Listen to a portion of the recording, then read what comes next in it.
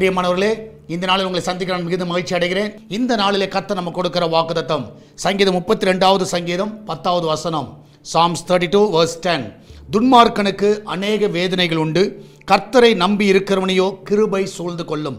நான் விசுவாசிக்கிறேன், நாம் கர்த்தரை நம்புகிறவர்களாக இருக்கிறோம். ஒருவேளை துன்மார்க்கனுக்கு அநேக வேதனைகள் இருக்கலாம், ஆனால் கர்த்தரை நம்பி இருக்கிற நம்மை அவருடைய கிருபை சூழ்ந்து கொள்ளும். நான் விசுவாசிக்கிறேன், அவருடைய கிருபை மாத்திரம் சூழ்ந்திருக்கும் என்றால் நிச்சயமாகவே அந்த வேதனைகள், அந்த பிரச்சனைகள், அந்த போராட்டங்கள் எல்லாவற்றிலும் அந்த கிருபை நம்மளை தாங்குகிறதை நம்ம பார்க்க முடியும். அப்போஸ்தலனாகிய பவுலுக்கு அவருடைய வாழ்க்கையில் பார்ப்பீர்கள் என்றால், அவர் வேதனையில் போகிற வேளையில் கர்த்தருடைய வார்த்தை சொல்லுகிறது, என் கிருபை உனக்கு போதும். நான் விசுவாசிக்கிறேன், இன்றைக்கு நீங்கள் போகிற எல்லா பாதையில் அவருடைய கிருபை போதும். அந்த கிருபையை சார்ந்து கொள்ளுங்க. இந்த காலவில் ஆண்டவரை கேளுங்க, ஆண்டவரே உங்களுடைய கிருபையினால் எங்களை மூடி மறைத்துக் கொள்ளுங்க கேளுங்க. நிச்சயமாக அந்த கிருபை உங்களை பாதுகாக்கும், உங்களை மகிழ்ச்சியாக்கும், உங்கள் வேதனையெல்லாம் உங்களை விட்டு நீக்கும். நம்ம எல்லாம் ஜெபிக்கலாமா? நன்றி ஆண்டவரே, அந்த அருமையான அந்த கால வேலைக்காய் சோதரிக்கிறோம். ஆண்டவர் வேலைக்கு செல்லுகிற பிள்ளைகள், வீட்டில் இருக்கிற பிள்ளைகள், படிக்கிற பிள்ளைகள் எல்லாரையும் ஆண்டவரே அந்த கிருபையினால் சூழ்ந்து கொள்ளுங்கப்பா. இதனால் அந்த பிள்ளைடைய வாழ்க்கையில் எல்லா நன்மைகளை காண செய்யுங்க. என் தேவன் தாமே இந்த நாளில் ஆண்டவர் ஒவ்வொருடைய வாழ்க்கையில் அற்புதங்களை செய்ய வேண்டுமா ஜெபிக்கிறேன். உங்களுடைய கிருபையினால் அவர்களை பாதுகாத்துக் கொள்ளுங்க. அந்த கிச்சன் பகுதியிலே கர்த்தாவே உங்களுடைய பிள்ளைகளை பாதுகாத்துக் கொள்ளுங்கப்பா.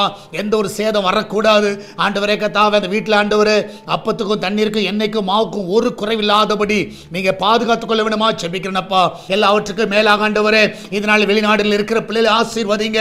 அவளை எல்லாம் சுகமாய் தங்க பண்ணுங்கப்பா. அந்த பிள்ளைகளுக்கு எந்த ஒரு தீங்கு வராதபடி பாதுகாத்துக் கொள்ளுங்கப்பா. இதனால் பிரசவத்துக்காய் போகிற பிள்ளைகள் சுகத்தோடு பிள்ளை பெற்றெடுக்கட்டும்.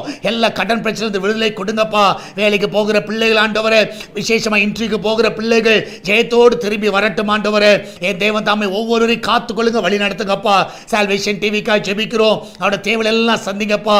இதனால கூகுள் பே, போன் பே, பேடிஎம் மூலமாக, மணி ஆர்டர் மூலமாக இந்த ஊழியத்தை தாங்குகிற எல்லா பிள்ளைகளும் ஆசீர்வதிங்கப்பா.